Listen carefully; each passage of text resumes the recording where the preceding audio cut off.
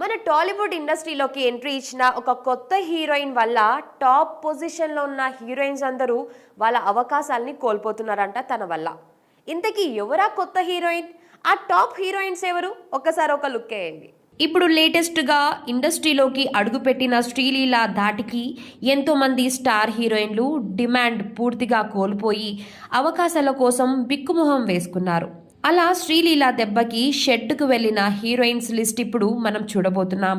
ముందుగా పూజా హెగ్డే గురించి మనం మాట్లాడుకుంటే నిన్న మొన్నటి వరకు స్టార్ హీరోలందరికీ ఆమె హీరోయిన్గా అవసరమయ్యేది. కానీ ఇప్పుడు పాపం ఆమె చేతిలో త్రివిక్రమ్, మహేష్ సినిమా తప్ప మరొకటి లేదు. రీసెంట్గా ఆమెకి వరుసగా ఫ్లాప్స్ రావడం, అదే సమయంలో శ్రీలీల ఇండస్ట్రీలోకి దూసుకుపోవడంతో పాపం పూజా హెగ్డే డిమాండ్ బాగా పడిపోయింది.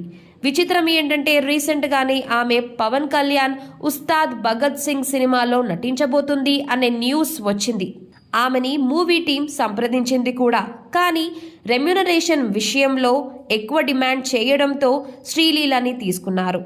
అలా శ్రీలీల కారణంగా ఒక అవకాశాన్ని కోల్పోయింది పూజా హెగ్డే.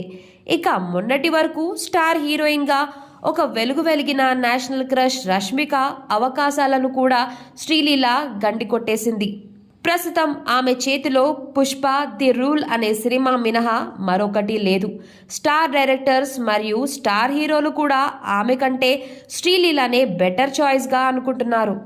ఇక ఉప్పెన లాంటి భారీ బ్లాక్ బస్టర్ హిట్తో ఓవర్ నైట్ స్టార్ అయిపోయిన మరో హీరోయిన్ కృతి శెట్టి.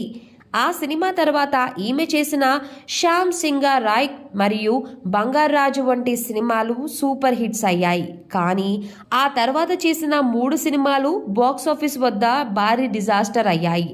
దీంతో దర్శక నిర్మాతలు ఇప్పుడు ఆమె వైపు చూడటం మానేసి శ్రీలీల కోసమే ఎదురు చూస్తున్నారు. అలా శ్రీలీల వల్ల ఇంతమంది స్టార్ హీరోయిన్స్ కెరీర్ క్లోజ్ అయిపోయే అవకాశం ఉంది. ప్రస్తుతం శ్రీలీల చేతిలో super star Mahesh Babu Trivikram cinema, power star Pawan Kalyan Ustaad Bhagat Singh, బాలకృష్ణతో అనిల్ రావిపూడి సినిమా, నితిన్తో ఒక సినిమా, రామ్ బోయపాటి కాంబినేషన్లో ఒక సినిమా, పంజా వైష్ణవ్ తేజ్తో ఒక సినిమా, నవీన్ పోలిశెట్టితో మరో సినిమా, ఇలా వరుసగా 7 సినిమాలకు సంతకం చేసింది.